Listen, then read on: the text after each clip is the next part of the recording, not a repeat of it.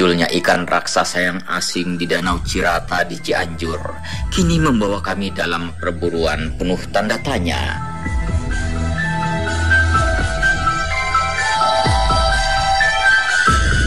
Inilah Danau Cirata. Ada 70.000 keramba terapung di atasnya yang memasok ribuan ton ikan air tawar di Jawa dan Sumatera. Di keramba ini, para petani memelihara berbagai jenis ikan air tawar. Sementara di bawah keramba, air berkedalaman hingga 40 meter menyembunyikan penghuninya dalam kepekatan.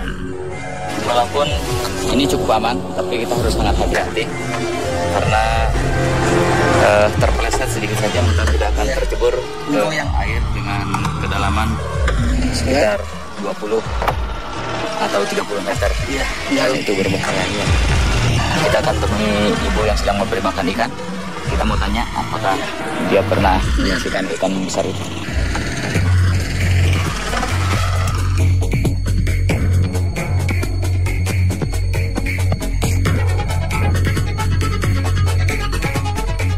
Si ibu dia memang baru setahun di sini.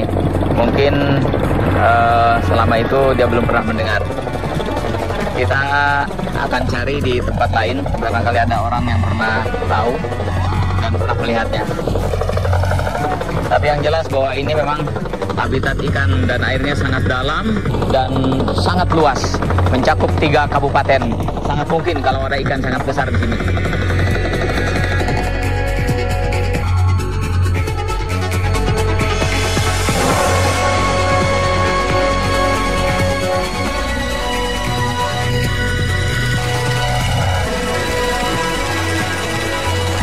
Jalan lagi, kita cari di tempat lain. Siang ini kami melakukan penelusuran ke beberapa titik dan kami berharap ikan raksasa itu muncul.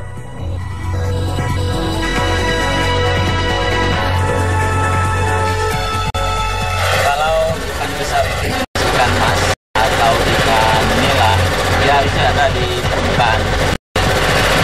Kalau ikan besar itu ternyata jenis ikan lele atau ikan kasir, akan ada di bawah air, apalagi jika dia ternyata belut atau muak, dia mungkin ada di lumpur dan itu akan sangat sulit kita lihat.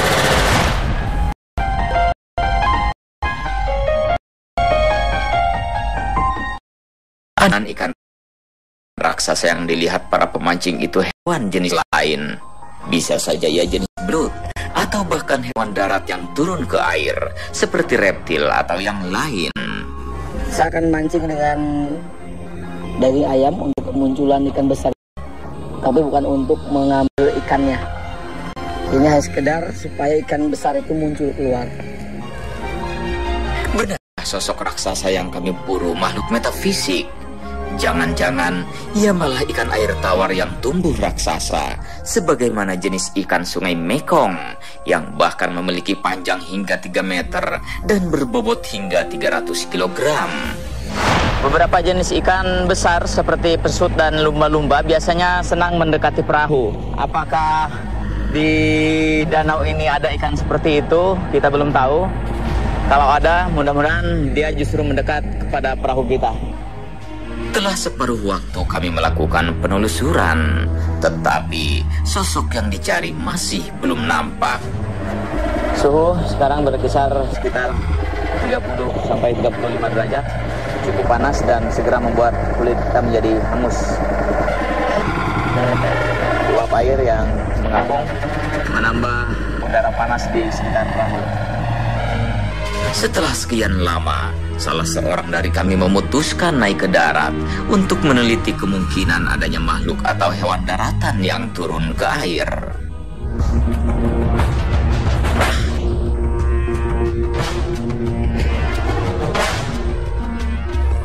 Hitam yang panjangnya tahu lu lah sebagaimana panjangnya gitu.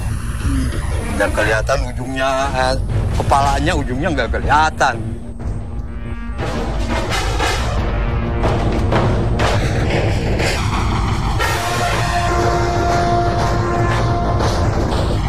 Di 2 titik berbeda, penelusuran dilakukan dengan seksama dan hati-hati.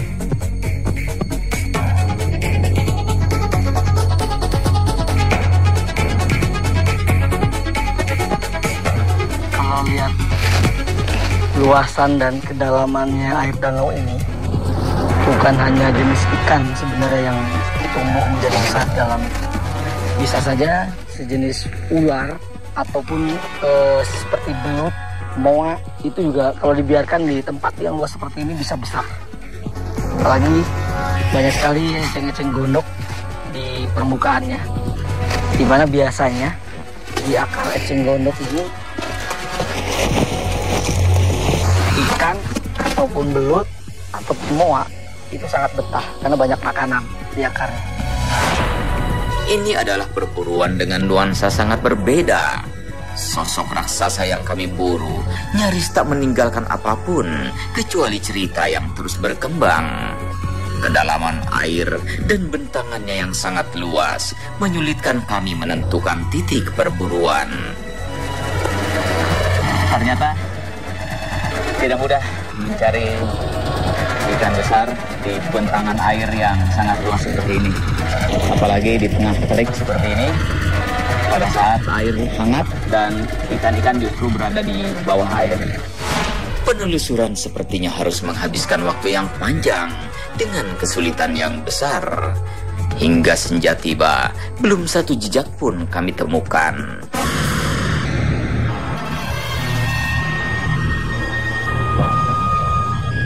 Malam tiba dan perburuan semakin penuh tanda tanya. Akankah hewan raksasa Danau Cirata itu muncul di hadapan kami?